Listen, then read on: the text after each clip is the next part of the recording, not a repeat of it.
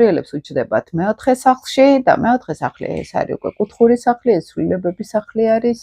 სერიოზული ცვლილებები შეიძლება მორიელებისთვის იყოს საცხოვრებელთან დაკავშირებით, ოჯახთან დაკავშირებით, სახლთან დაკავშირებით, ზოგ შეიძლება მოუნდეს სახლის შეცვლა,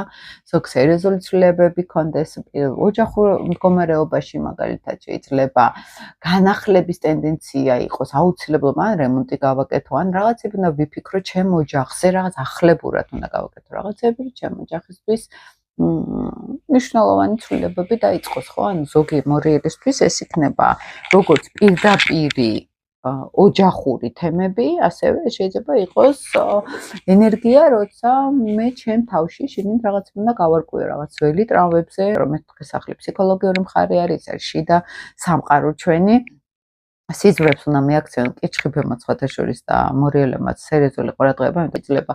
სიზვრებიდან ან არაცნობიერიდან ამოვიდეს ინფორმაციები, მოხდა ზოგთან უფრო ფსიქოლოგიურად შეიძლება ჩაერთოს, ვიდრე ახლა ესე ზუსტად პრაქტიკულად ცხოვრებისეულად. მაგრამ ცხოვრებისეულად ცვლილებების ალბათობა უფრო შეეხება სახლი, მაგალითად, ჩემი პირადი გარემოცვა, აი ოჯახური გარემოცვა, კარგი იქნება, რომ ოჯახთან რამე დაპირისპირებები კი არ იყოს პირიქით, აი მეგობრული ურთიერთობების შეტანა, უფრო დაკავშირება, ის ურანული ენერგია უნდა იყოს ჩართული, თუმცა მნიშვნელოვანი არის მაინც რომ ცვლილებების ალბათობა სახლში მოდის პირდაპირ, ხო? აი უშუალოდ სახლში მოდის,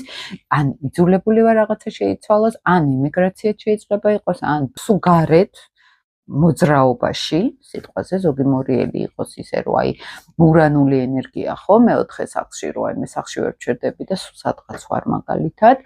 და ჩემი სახლი რაღაცნაირად არასტაბილური გახდა. ეს ყველაზე ნეგატიური ჭრილით რო თქვა, რომ აი პრობლემები სახლთან დაკავშირებით, სამშობლო, ოჯახი, ეს მეოთხე სახლი არის, მშობლები, ოჯახის გარემოცვა ზოგადად, მაგრამ კარგი კუთხით ეს იქნება, რომ აი რაღაც ცვლილება უნდა შევიტანო, გავარემონტო რაღაცა, უფრო მე გირჩევდით